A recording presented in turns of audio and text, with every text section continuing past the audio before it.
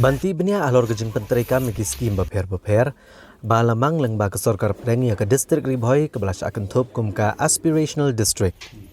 Haka khat pratrik wiayong arhajar arpuar menteri ke sorkar pedeng ubri khmi ekatanat law and justice Kiren Rijiju. Ulawan dala dia ban khmi bat bani kendo ke officer ke distrik wanwat ke jing shisha baro bat ia kene ke jing kendo la penlong haka conference hall jong office deputy commissioner ke distrik Bhoi.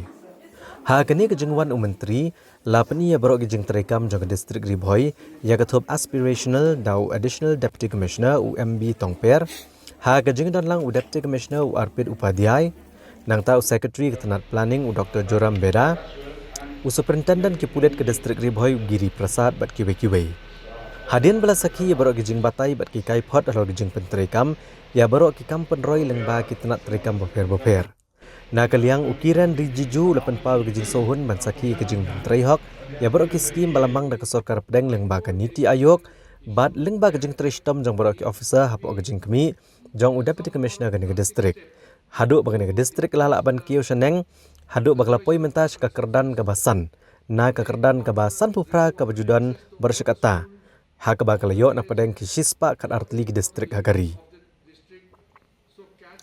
Ulo ongru bawa la dang don kato kini jing duna la negi kam ki bahab ban penbit penbiang banang kentiau ya kini ke distrik syak kerdan ke benengkong.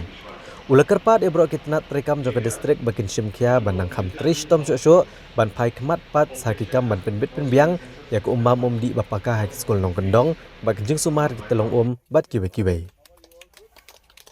Hadian ke jing kendo lang ya barok ki officer uni menteri sorkar ulalit ban Jurip bat ai mensiam ru iginong trei ke Anganwadi Center Dihar bat ulalit ru isya ke saw nong Karai Health and Wellness Center.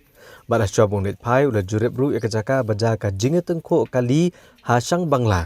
Ha ke Bhoi ukna ela kai table tennis na Tamil Nadu ula klat Asian dang hakini kising belalet.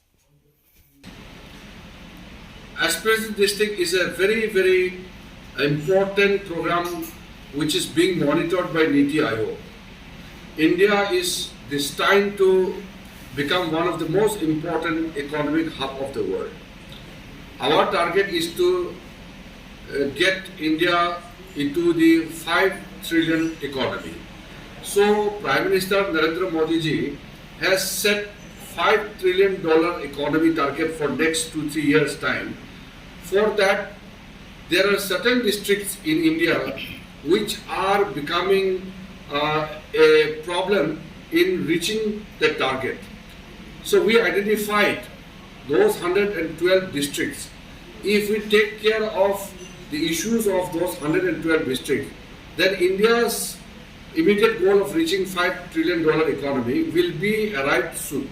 We can succeed faster, but this time I had been assigned to just go and assess the ground situation, what is happening in the Aspirational district program in Bhoi district in Meghalaya.